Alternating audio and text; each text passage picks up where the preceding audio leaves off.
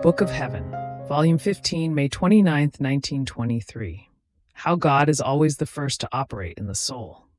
I was accompanying my sweet Jesus in his pains, especially in what he suffered in the Garden of Gethsemane.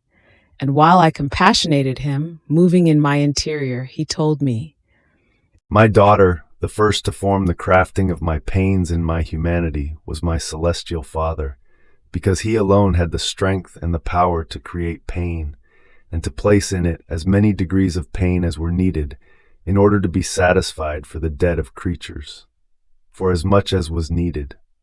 Creatures were secondary, because they had no power over me, nor the ability to create pain as intense as they wanted. The same happens in all creatures. In creating man, the first crafting, both in the soul and in the body, was done by my divine Father. How much harmony, how much happiness did he not form with his own hands in the human nature? Everything is harmony and happiness in man. The mere external part, how many harmonies and happinesses does it not contain? The eyes see, the mouth expresses, the feet walk, while the hands operate and take things up to where the feet have reached.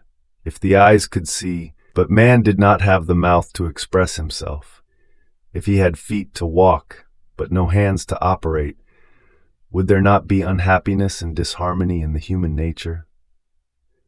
And then, the harmonies and happinesses of the human soul, the will, the intellect, the memory, how many harmonies and happinesses do they not contain? It is enough to say that they are births from the happiness and harmony of the Eternal One.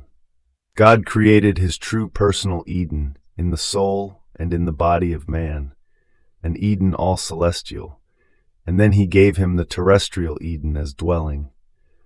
Everything was harmony and happiness in the human nature, and even though sin upset this harmony and happiness, it did not completely destroy all the good which God had created in man.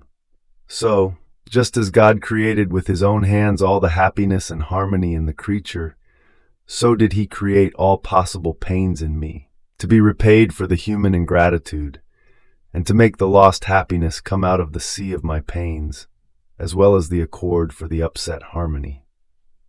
And this happens to all creatures. When I must choose them for a distinct sanctity or for my special designs, it is my own hands that work in the soul, and I create in her now suffering, now love, now the cognitions of celestial truths. My jealousy is such that I want no one to touch her. And if I allow creatures to do something to her, it is always in the secondary order. But I myself hold the primacy, and I keep forming her according to my design.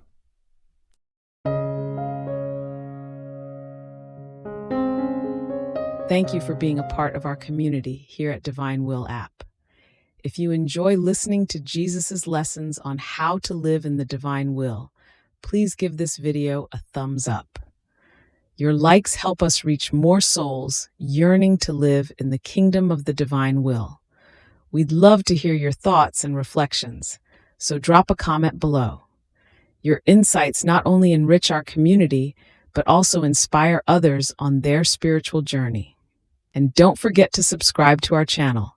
By joining us, you're helping to spread the news of the kingdom of the divine will, so that together we can bring his kingdom to reign on earth as it is in heaven. In the divine will, always.